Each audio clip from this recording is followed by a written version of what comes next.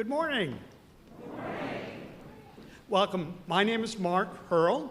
I'm a member of the Board of Trustees of the Mainline Unitarian Church. It's great to have you with us this morning. Our worship team today includes our senior minister, Reverend John Morehouse, our worship associate, Silas Costa, and the music for today will be performed by Gabriel Anthony Muhammad and Jody Brown. We are Unitarian Universalists, gathering in a loving community of faith to support one another as we search for meaning and purpose, working together to bring compassion, equity, and responsible stewardship to the world we share. We affirm religious freedom and celebrate diversity, as all are inherently worthy and dignified. Whoever you are, whomever you love, whatever your journey or personal circumstance, you are welcome here. An especially warm greeting to those who are visiting us today. Please join us after the service for coffee and tea in the fireside room across the hall, and please take advantage of the welcome table in the atrium. A reminder to all to kindly silence your cell phones. And while you're doing that, I'll remind you that announcements can be found in our weekly email, which you can sign up for at our homepage, mluc.org. Now, I'd like to welcome Reverend Morehouse. Good morning, everyone. Apropos of Caroline's wonderful sermon, was that last week? Wow. I am going to start introducing myself by how I look for those who are visually impaired, either here in the room or online. So I am the word when I was growing up was husky. Large is probably a more apt term, wearing a dark suit, an orange tie. What hair I've left is now white, and the beard is white, and my socks will match my tie and stole today as well. So that's who I am. I have a tremendous announcement from the Board of Trustees and myself that we are absolutely thrilled to announce that David Brown has accepted the offer to be Director of Music.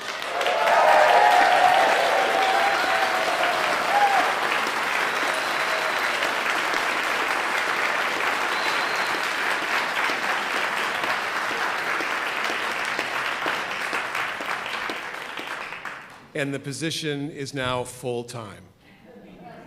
All right, that's it for me.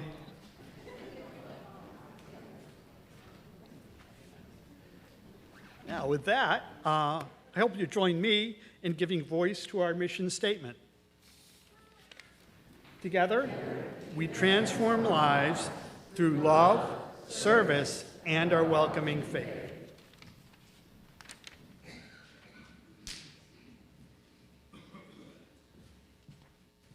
First of all, thank you so much, everybody. It is a joy and an honor. I am thrilled to be doing this. I've been making music up here since I was about this tall, so it feels at once poetic and just so right to be doing this. But that's not why I'm addressing you right now. I'm here actually to make an introduction. Some of you may have noticed when you've heard our choir that we have a couple of new, young, and very strong voices in our group, because we've hired professional singers to serve as section leaders for both our soprano and tenor sections. And so I'm very excited this morning you're going to get to hear our new tenor section leader, and I believe their voice is going to blow your minds. It is now my privilege to introduce to you the official tenor of Mainline Unitarian Church, Gabriel Anthony Muhammad.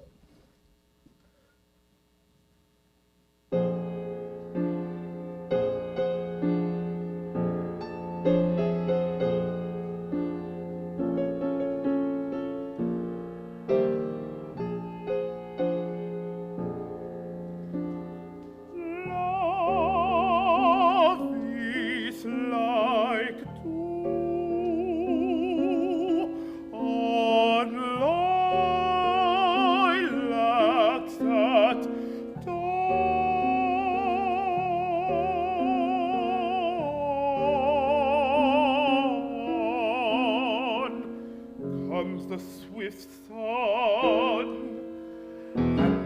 and the dew is gone.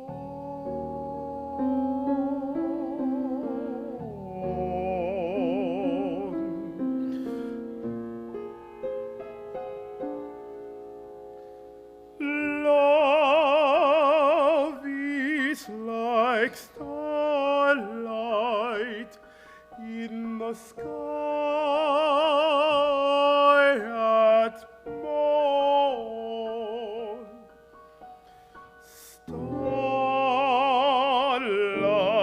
that dies when day is born. Love is like perfume in the heart of a rose.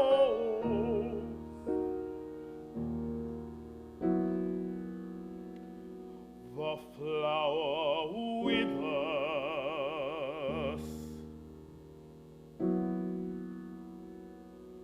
the perfume goes.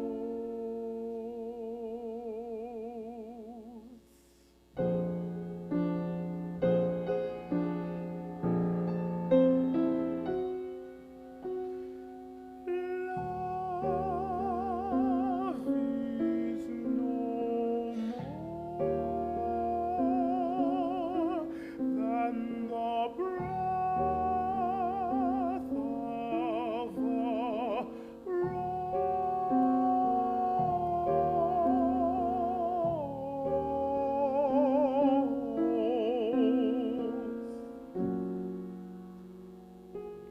no more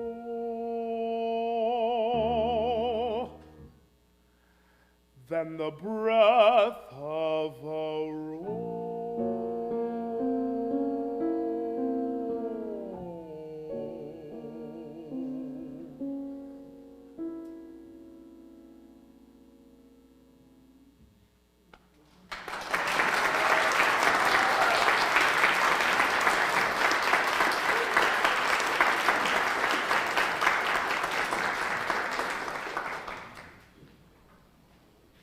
This morning's chalice lighting is That Which Abides by Martha Kirby Capo. Through the week, this chalice abides, cupped and silent. Softly it gleams in a dimly lit room, complete unto itself. Today, we come together as a community of faith, joyful and free. Our individual energies combine to spark the flame of truth. May we each draw strength from the other, and like the chalice, may we be bathed in the fire of commitment to social justice, equity, and peace. Please stand in body or spirit for our opening hymn.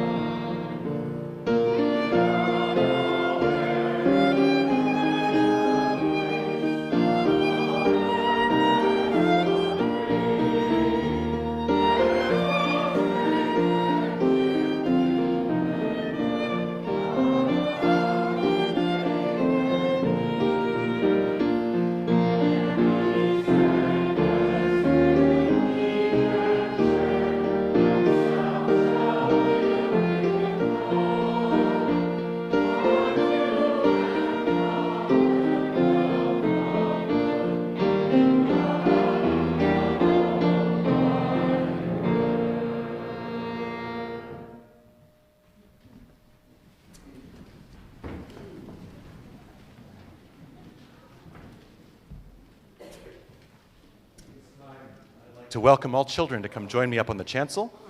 I have a little bit of music I'd like to play for you and a couple of questions to ask as well. Anyone is welcome. Yeah, come have a seat. We've sung together. So I suppose it will be no mystery to any of you that I love music. And I'm curious to know if you love music, and do you listen to music? What do you listen to? Yeah, what do you listen to? What do you like?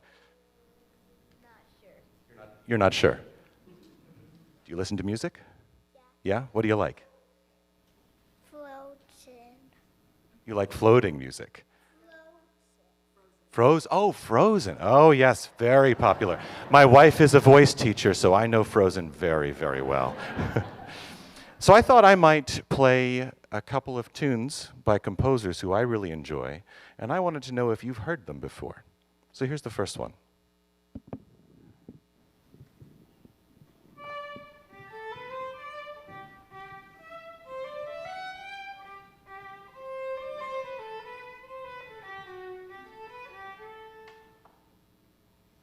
Have you heard it? Do you know this one? Do any of you know this one?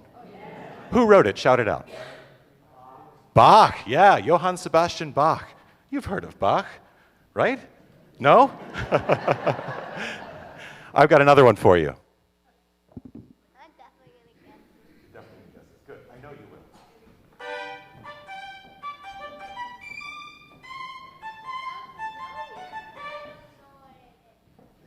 will. You've heard it though, right? But you don't know who it is. Who wrote this, everybody? Mozart, yeah. Okay, I got one more for you.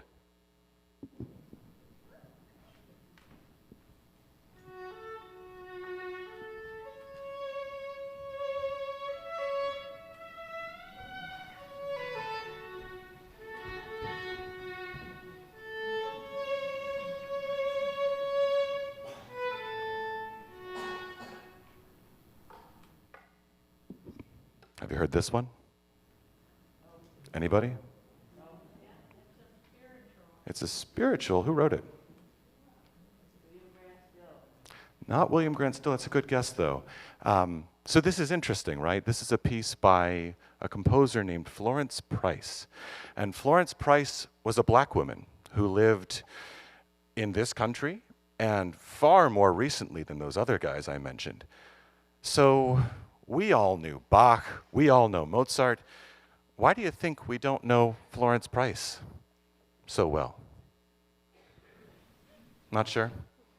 Well, I'd point out that Bach and Mozart and Beethoven, Schubert, Chopin, Mendelssohn, Brahms, Prokofiev, and probably 100 more composers who I could name off the top of my head, they all looked kind of like me.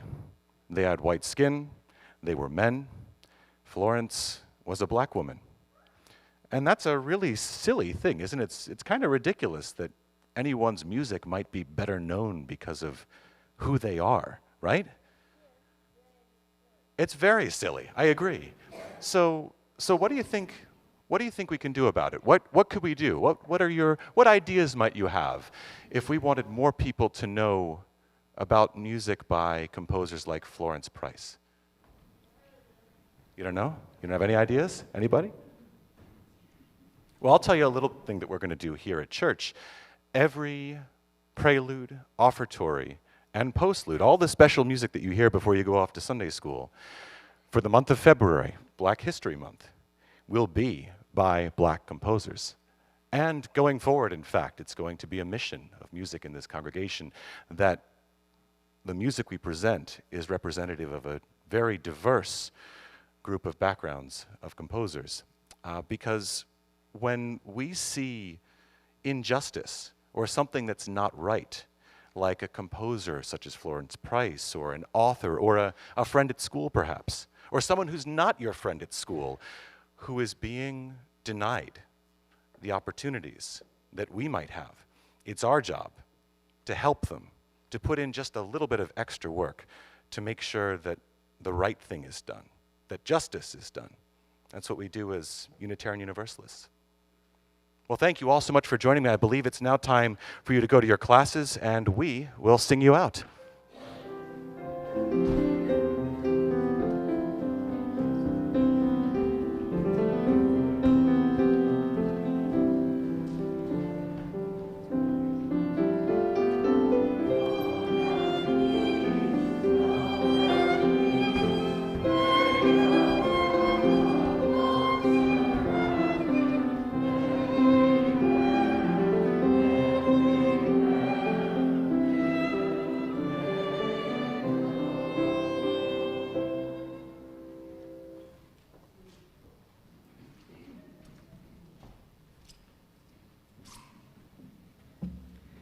Each month, MLUC selects a local charity to receive half of what we collect during our offering to help support their activities. During the month of February, MLUC's offering outreach partner is PALS, or Pet Adoption and Life Care Society, nominated by MLUC member Liz Blagan. PALS is a nonprofit organization dedicated to the well-being of animals. They place over 300 cats into loving homes each year and affectionately care for the cats prior to their adoption. We are fortunate to have a representative from PALS with us today to tell us more about the work of the organization. Please join me in welcoming Jill Bucata.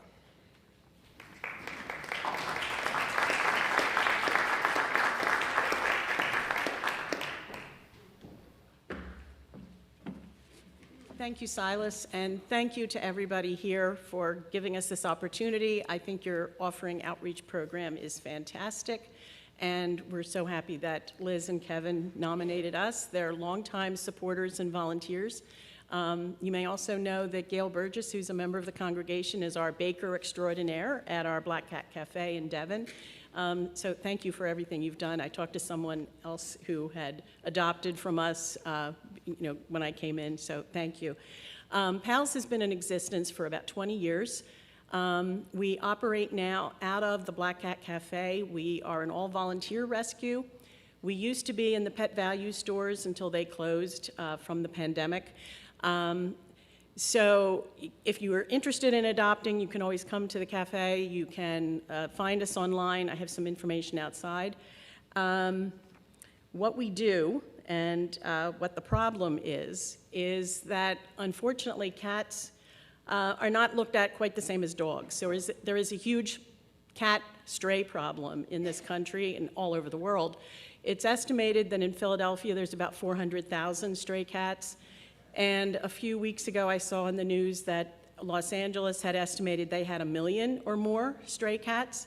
It's a huge problem because cats can have up to 4 litters a year. We've seen as many as 9 kittens born in a litter. I've had several born at my home of 7. And if they're put outside unneutered, you can see that the problem just grows exponentially.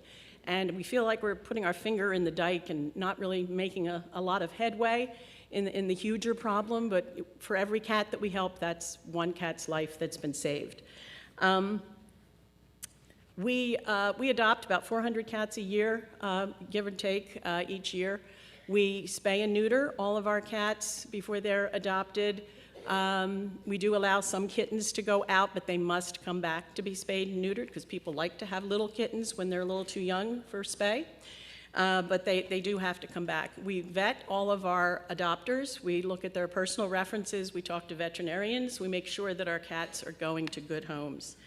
The one thing that really sets PALS apart is that we will take in animals that have been found on the street that are injured.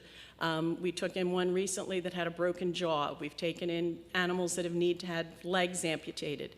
All too often we see animals that are just left outside suffering, and people will see them and will say, can somebody help? And a lot of rescues can't do it because it just costs money. And we're good at going on social media and asking for money to help a particular cat so that we can help it. So all of your donations this month, we appreciate them so much. We'll go to helping some of these cats that would be suffering and dying on the streets. Unfortunately, sometimes they do need humane euthanasia because there's just no way to help them and they're too bad by the time we get them, but at least we've ended their suffering.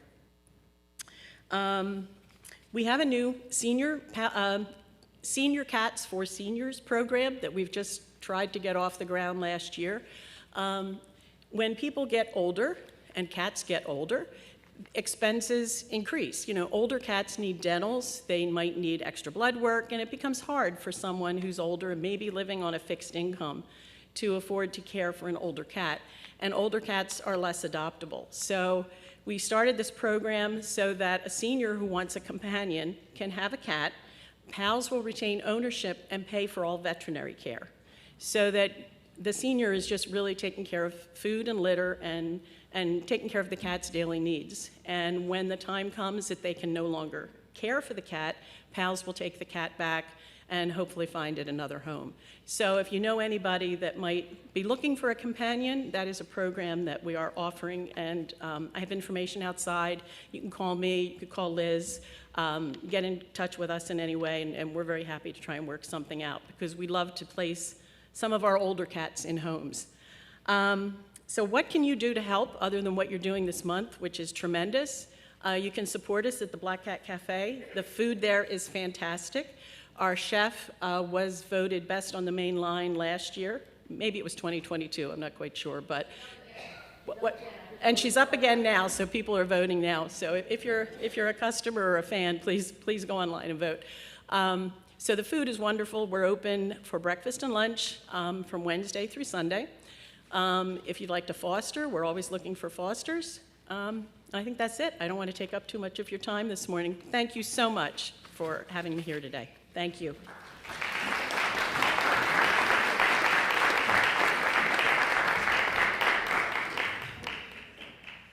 If you'd like to make a donation online, please follow the instructions that you see on the screen behind me.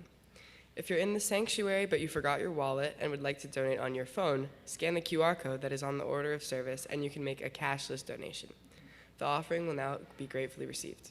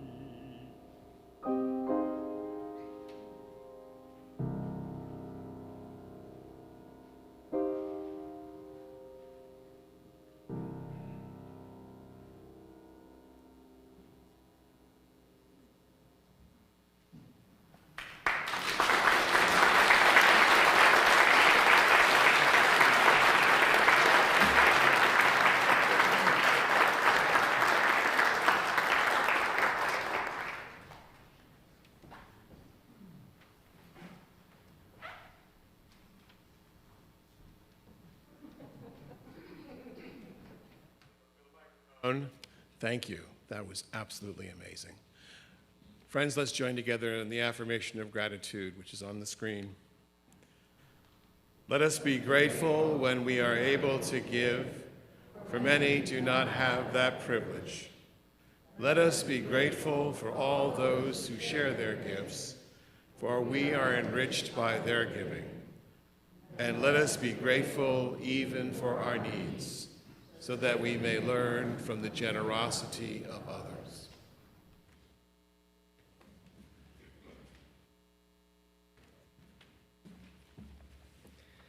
Candles of Community is MLUC's ritual of personal sharing and support in a trusted and safe environment. After each candle is lit, please join me in saying, "We hold you in our hearts." Betsy McElwain asks that you hold her husband Tom in your hearts. He was discharged from Bryn Mawr Hospital last week and is now in the skilled nursing unit at the Quadrangle. Tom and Betsy, we hold you in our hearts. David Brown requests that a candle of immense joy be lit for the MLUC family. The congregation, choir, board, staff, and members of the interim music task force for entrusting him with the responsibility of directing our beloved music program.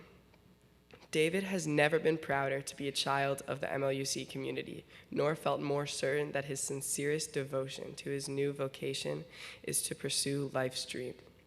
Furthermore, this candle is lit for Reverend John, whose partnership and advocacy have been a masterclass in leadership, David's beloved mother, Jody, whose inspiration and his rock, and the best pianist he's ever known, and his beloved wife, with the voice of an angel, Caitlin, who has just agreed to serve as our soprano section leader in the choir, Gabriel, our fabulous tenor section leader, whose talents require absolutely no explanation this morning, and for David's lifelong friend, Dr. Vincent Craig, whose legacy he will honor through his service every day. For David and the exciting new prospects that his position holds, we hold you in our hearts. Kathy Landy would like to light a candle of joy for her husband, Mert, who, with copious luck and the miracles of modern medicine, celebrated his 88th birthday yesterday. She says she is lovingly starting to think of him as the Energizer Bunny. For Kathy and Mert, we hold you in our hearts. Caroline Bright would like to light a candle of joy for Betsy Bright, who turned 4 on Friday. For Betsy, we hold you in our hearts. And for all those joys and concerns that are being held, some too deep for words, we light a candle and say we hold you in our hearts.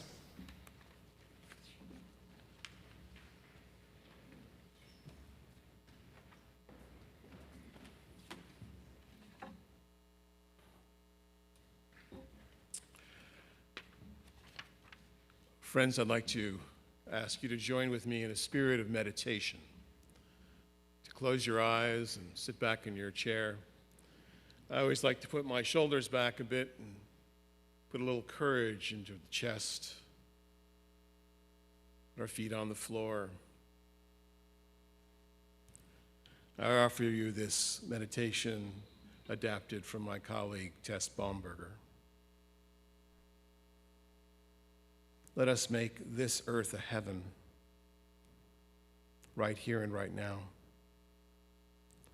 Let us create a heaven here on earth where love and truth and justice reign. Let us welcome all at the pearly gates, the freedom table, the singing and the great rejoicing, the black and the white, the yellow, the red, the lovely colors, straight, lesbian, gay, bisexual, queer, questioning, healthy, sick, hurting, variously abled, young, old, gentle, cranky, joyous, sorrowing. Let no one feel excluded here. Let no one feel alone. May we have the energy to meet their needs, the power to share generously, to venerate the earth, our mother, and to make earth still Eden. May hate and violence and warfare cease in clashes in causes too old and tired to name. May we here dwell together in peace and joy and understanding to make a heaven on earth and an earth into heaven for each other's sake.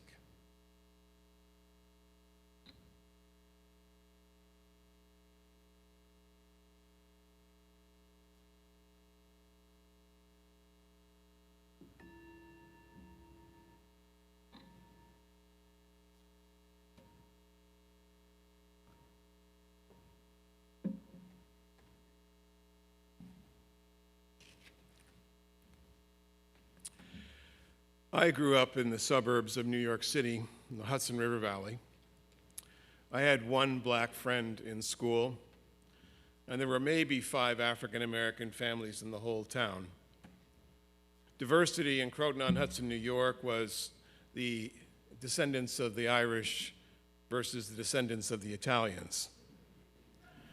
It wasn't until we had a Fresh Air kid, some of you remember the Fresh Air program, who came up from Harlem to stay with us for a week one summer, that I remember asking my mother, doesn't he have woods where he lives? She said, no, not really. That's why he came to spend a week with us, so he can enjoy the woods. And then, as much as my 8-year-old mind could comprehend, she talked about equal opportunity and how important it was to give black kids a chance that they didn't have. It would be many years later when I realized just how unfair and ultimately patronizing this was. After all, he came to live in the beauty of nature for a week, but he had to return to the hard streets of Harlem after that. So the equality of opportunity was not enough. So as I like to do, I'd like to have a question and put the slide up here and have you join with your neighbor. If you don't know your neighbor, introduce yourself. Make sure we all know each other. And the question is, did I get it right? When did you realize that the world was unequal? Let's take a couple of minutes for this, and then I'll hear back from all of you. So go ahead.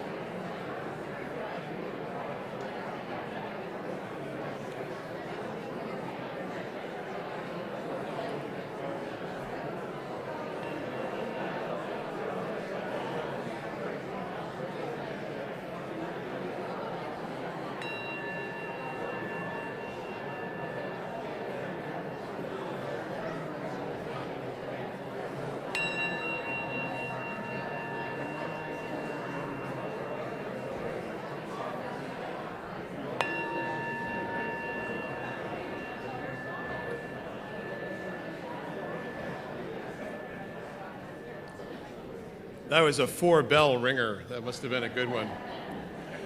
What I'd like to do is hear from you, but this time I'd like you to raise your hand, and one of the ushers will bring you a mic, because it's pointed out to me by our fabulous tech deck back there that we just shout them out that the folks who are joining us online can't hear what we're saying. So if you'd like to raise your hand and share with us, we've got time for 2 or 3 responses.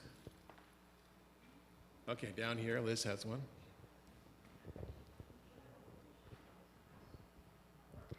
So I remember in 3rd grade, I was at Jenkintown Elementary at the time, which was 99.8% white. And I had a classmate, Bruce Mays, who swore he was Willie's cousin. But Bruce and I got into some kind of scuffle. And I remember we were both at fault, but he was the only one who got into trouble. I was not disciplined at all, but he was.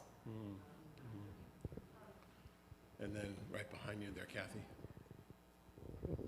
I'm Kathy Cortez. When I was 4 and a half, we moved with my military father, Marine Corps, to Hawaii. And I don't have a lot of words for this. We just got off that boat and everything was different. And I realized that the world was not what I had grown up at 4 and a half, knowing in Dallas, Texas. Anyone over here? No? Okay, well, wait, we need one more? One more.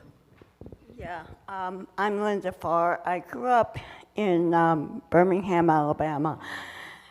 And one of the earliest memories is my grandfather, and I don't know how old I was, but I was pretty young, had a black lady come in and clean and iron and that kind of thing several times a week. And he was going to take her home, so I was with him, so I was going to go with him. So I got in the back seat like I would normally, being very young, and thinking that she would get up front. And he kind of gruffly turned around and said, "Get up front," because she had to ride in the back to take her home. Wow. Thank you. Like so many of us, I think we have had varying exposure to the inequality of the world. It's one of the hardest lessons that we learn as children. Mine was complicated, I think, actually by being a Unitarian Universalist, because we had this great hope that everything was going to turn out fine, and if we had the occasional African American speaker, we had sort of done our business.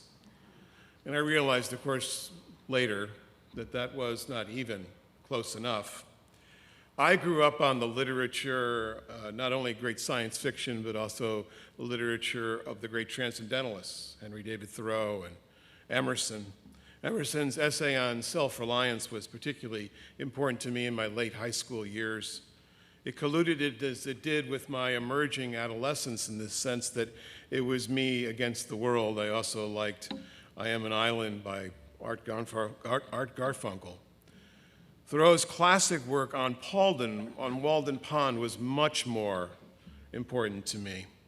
It was something of a primer on how to live life in my 20s. I am not particularly proud of the fact that I also like Ayn Rand when Atlas Shrugged. It was my libertarian phase, as I like to call it, and Walden somehow strangely fit into that. If you haven't read Thoreau, you need to read him simply for the prose, but truly the great first nature writer. Although that idea of self-determination, that idea of making the world a better place, played into my first career in solar energy, I truly believed in the gospel of sustainable futures and near steady-state economies. The fault, if there was one so early in my adulthood, was in how selfish this understanding of the world is. Imagining a society that lives in balance with nature ignores the social realities of inequity and struggle. Because as I later learned, equity is not the same thing as equality. I actually believed well into my 40s that everyone had the same chance and that we could all see the ideal of living as atoms one after the other in a society that would eventually right itself. This is right up there with the trickle-down theory of capitalism, in case you're wondering. This was ignorant at best and self-righteous at worst. My true revelation came during my doctoral work in Chicago. A group of us, ministers, religious educators, were visiting an urban farm in the South Side dedicated to reclaiming vacant lots and sustainable agriculture, but also to help feed South Side Chicago poor, largely black, suffering from what many now call food desertification, meaning that because of corporate profits, most of the grocery stores were now sold and were now fast food or convenience stores. No fresh vegetables. Fast food and junk food were not only starving children of fresh nutrition, but leading to soaring rates of obesity and diabetes.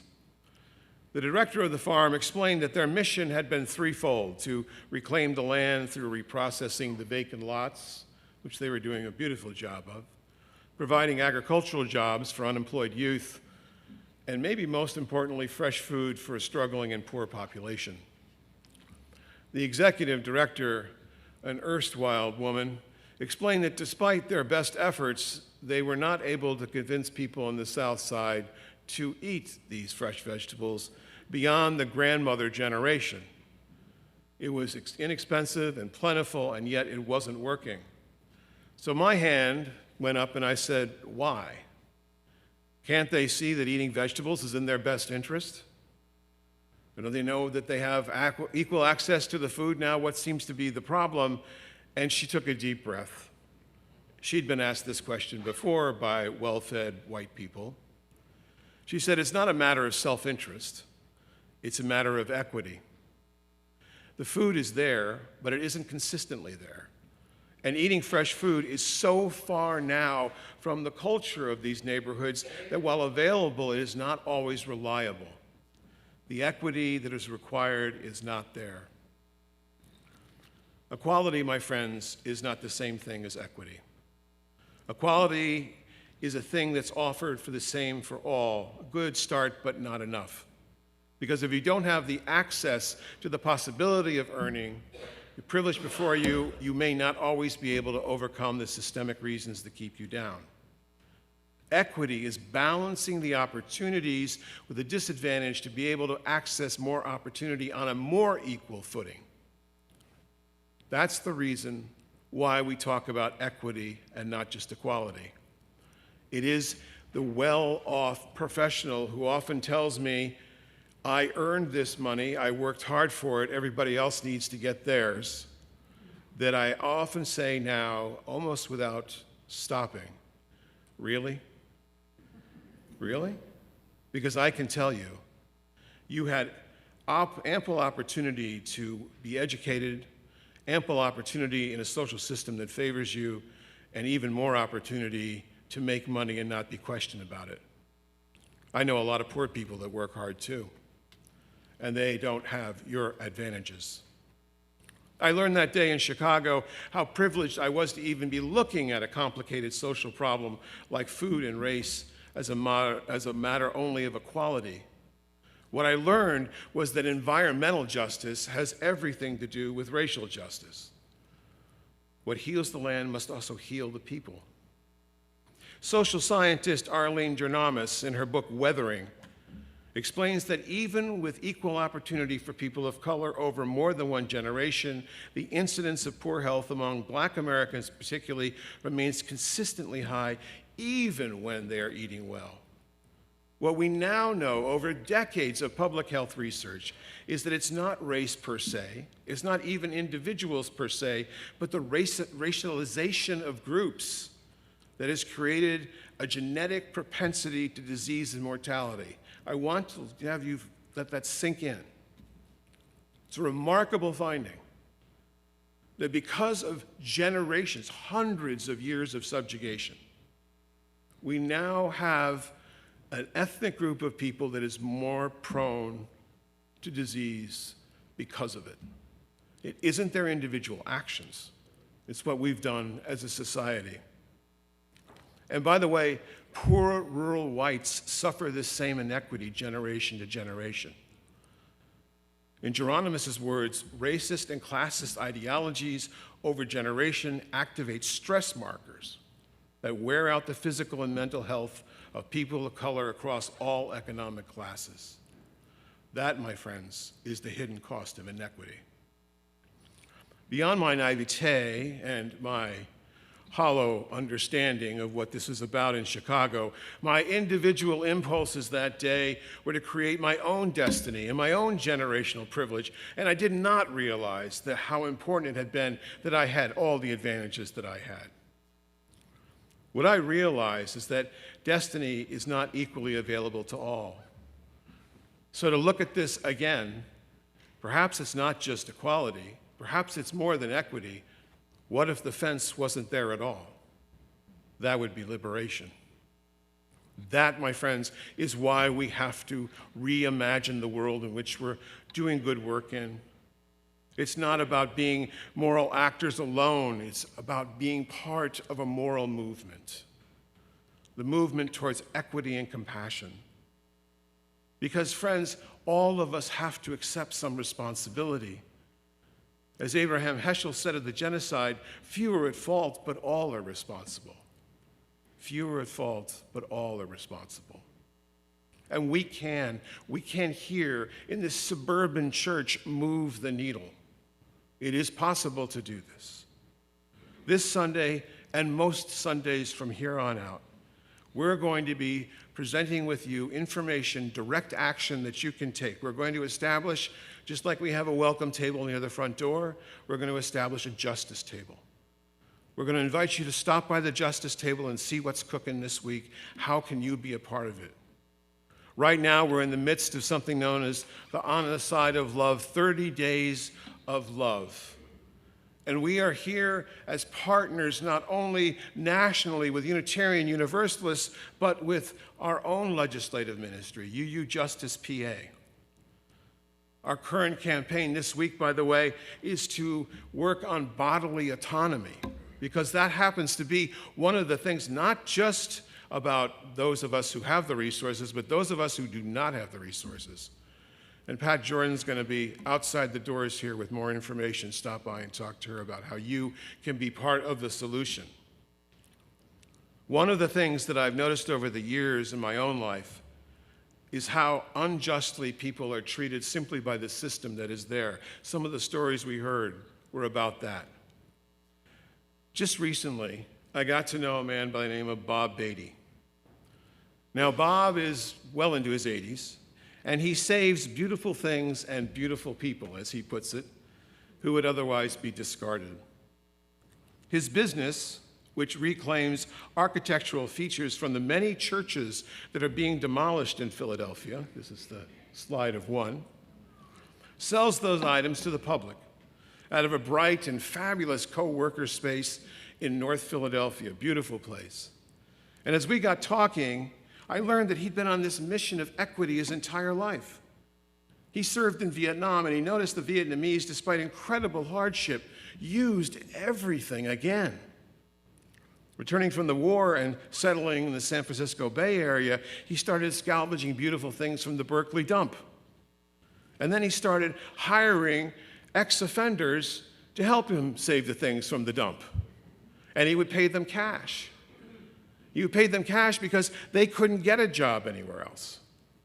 As he put it, we throw away beautiful things and we throw away beautiful people.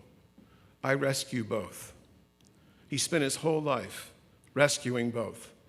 I met one of his workers when we visited his place, an ex-offender, a returning citizen, as he likes to call them now. The proximity to the need of those who need it is important. We're not all going to be able to do it, but you can do it in remarkable ways that you may not be aware of. When we were remodeling the parsonage, Francis and I hired some folks through a community organization that gave day work to ex-offenders. These guys were great. They worked, they did a lot, they made so much happen, and we paid them cash. We paid them cash because there really wasn't any other way that we could account for them in the system that we have. And because they're returning offenders, they're returning citizens, they had very limited opportunities. What made it even harder for me to realize how privileged we all were was when we asked one of them how he got here, and he said, I had to take 2 buses and a train to get here from Northeast Philadelphia. I said, that's ridiculous. I started driving until we realized that his friend had a car, and then we paid his friend to drive him back to and from work. This, friends, is how we get approximate. Brian Stevenson, who's done so much work with people who are incarcerated on death row in the South, he said, I think sometimes when you're trying to do justice work, when you're trying to make a difference, when you're trying to change the world, the thing you need is to get close enough to people who are falling down, to get close enough to people who are suffering, close enough to people who are in pain. That's how we know we're making a difference. I see us doing that when we house the unhoused for the night or a week here at night. And I want to hats off to the hospitality folks for doing this work. It's amazing what we do. But what I find really special about what you're doing is the respect that you give these folks when they walk through the door. You open the door, you welcome them, you set a table. I remember one time I said, well, I'll go get some paper plates. And someone who was hosting that night said, oh, no. It's China. We put out the china, we put out the forks, we put out the glasses, we put out the candles, we put out the flowers. We make it real. That is doing the work of equity. And my hope is that someday we will be part of a movement that ends homelessness so that we don't have to host them for a week on end. Can you hear me? Working towards equity and justice means that we have to move farther beyond the shore of our own well-being. And I know that my preaching to you these last 6 months has really been about the heart and how much you've been suffering and how much love we need in this crazy world. But I would not be the minister before you if I did not also ask you to reach deeply into the call of justice, which is at the heart of our faith. Sometimes I ask myself, is being well-fed enough?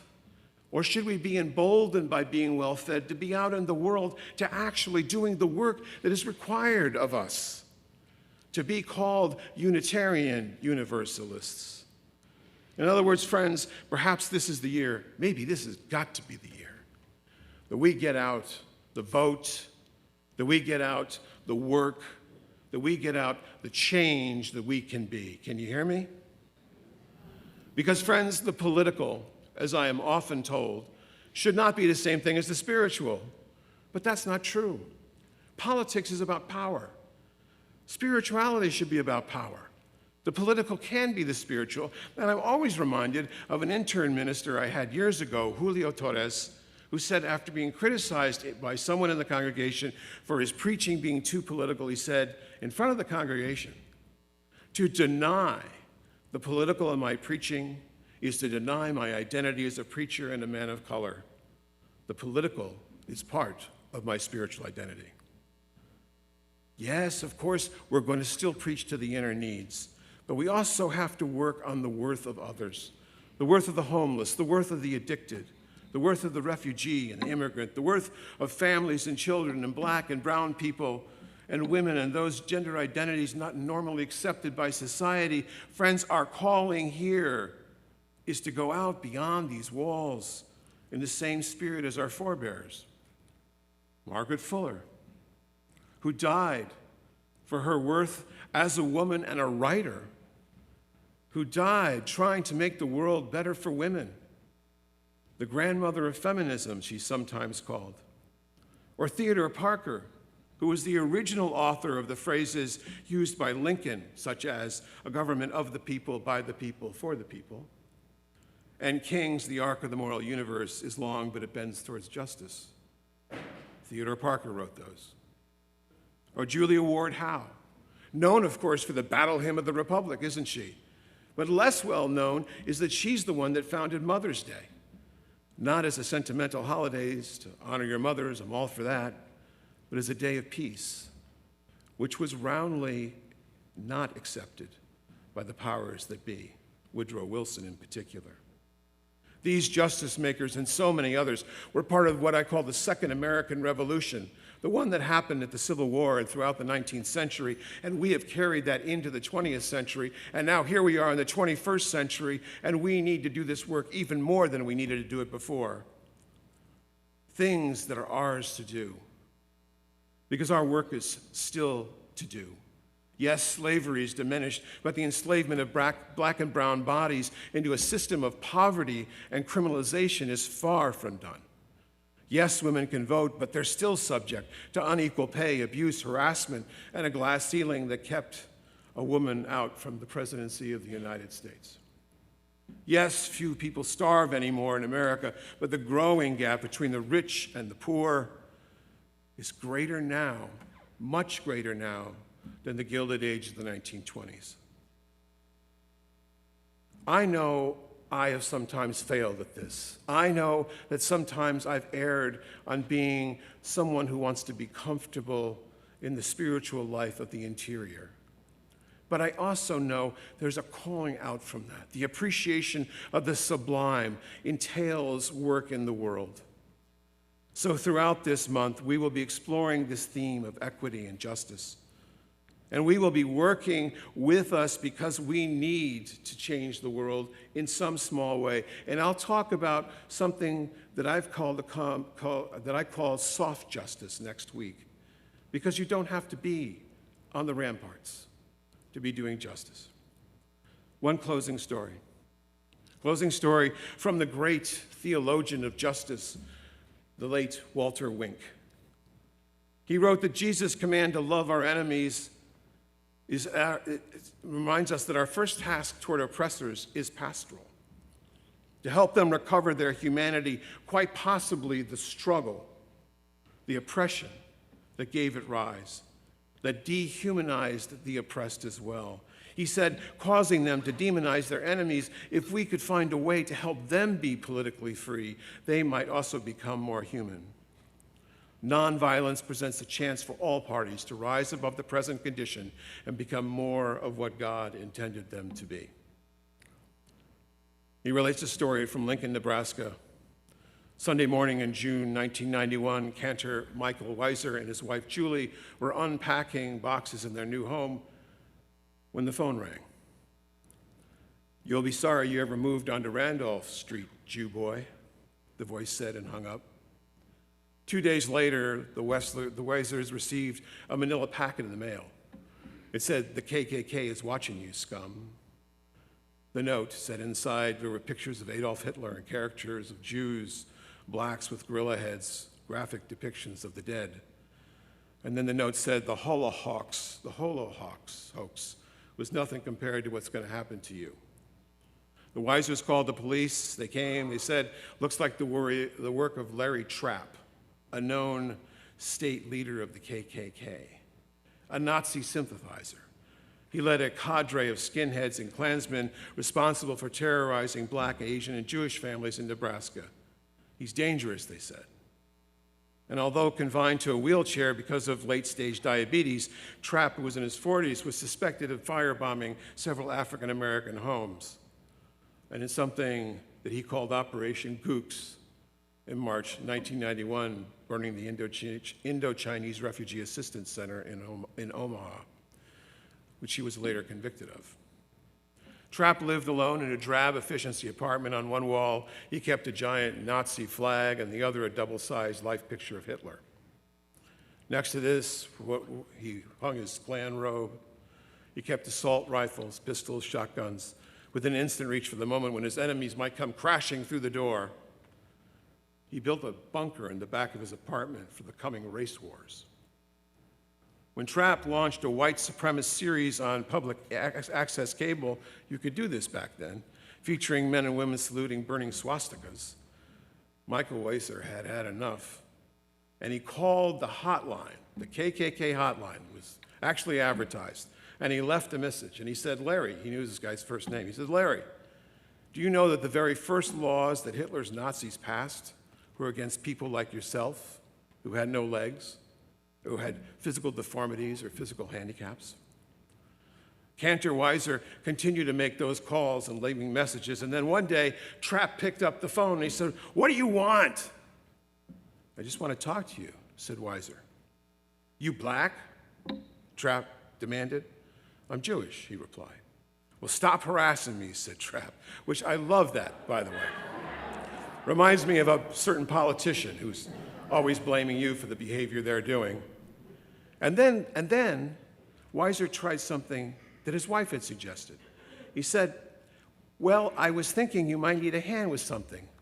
I wondered if I could help. See, I know you're in a wheelchair, and I thought maybe I could take you to the grocery store or something." And Trapp was too stunned to speak. Then he cleared his throat and he said, "That's okay. It's nice of you, but I got it covered. Thanks anyway. But don't call this number anymore." And Weiser said, "I'll be in touch." And then this guy went back on the radio and spewing hatreds, and furious Weiser picked up the phone and said, "You know, this isn't getting anywhere. You're not doing anything." And he said, I don't know how." Trapp said, "I'm sorry I do these things. I've been doing this all my life. I can't help it. I can apologize." And that evening, the cantor led the congregation in prayers for Larry Trapp. And the next evening, he got a phone call. The Weisers got a phone call from Larry Trapp. He said, "I want to get out, but I don't know how." And the cantor and his wife went to Larry Trapp's apartment to break bread that evening. And then as he walked through the door, he burst into tears, and he took down the swastikas, and they hugged each other before the evening was over. True story. I like to think that we have come some distance from the naivete that we might have had in our early years to understanding that equity and equality are complicated, that the place in which we live now and the place in which we can make a difference still are before us. I like to believe that in this great web of interdependence, which is our life, which is our spiritual life as a people, that we can make a life worth living for others, even when our own life doesn't seem that worthy. As the great black feminist Adrienne Marie Brown once penned, everything is connected. The soil needs rain, organic matter, air, worms, and life in order to do what it needs to do to give and receive life. Each element is an essential component. Organizing takes humility and selflessness and patience and rhythm, while our ultimate goal of liberation will take all those components working together. Some of us build and fight for land and healthy bodies and healthy relationships, clean air, homes, safety, dignity. And others will fight for food and political prisoners and abolition and environmental justice, because the work is multi-intersectional and multifaceted. I want you to remember that line, multi-intersectional, because I think the great fault of justice work with liberals has been for too long to become entrenched in our camps. All of these things intersect. Environmental justice, racial justice, gender justice. Freedom, friends, is still calling us. In fact, the call's never been louder. And I invite you to join with me, join us together over the din and noise of disinformation, love, and let love and equity and compassion be ours still to pursue. So may it be, and amen.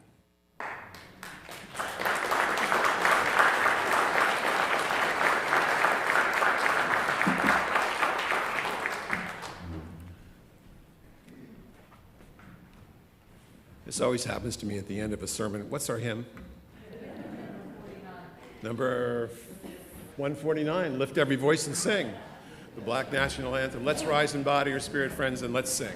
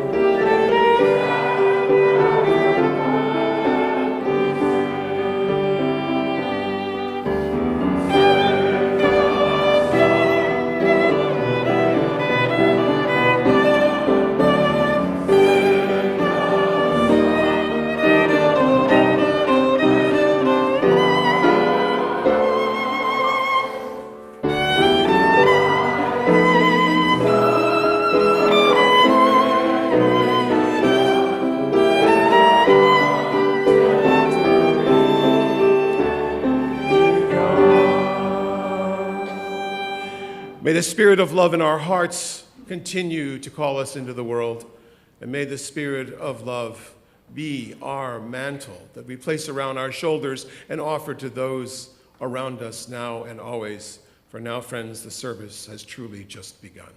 Please remain seated for the postlude.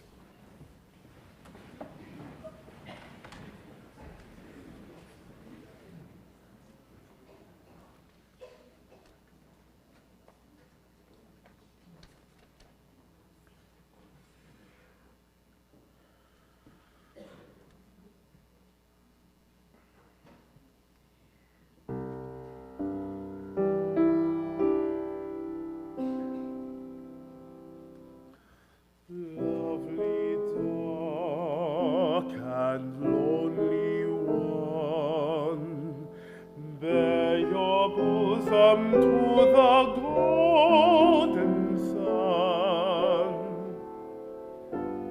Do not be afraid of light, you who are a child of light.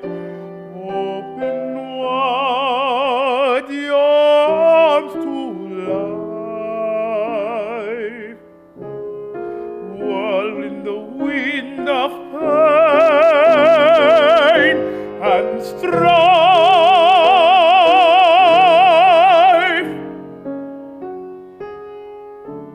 Face the wall with the dark closed gate, beat with the tireless hand and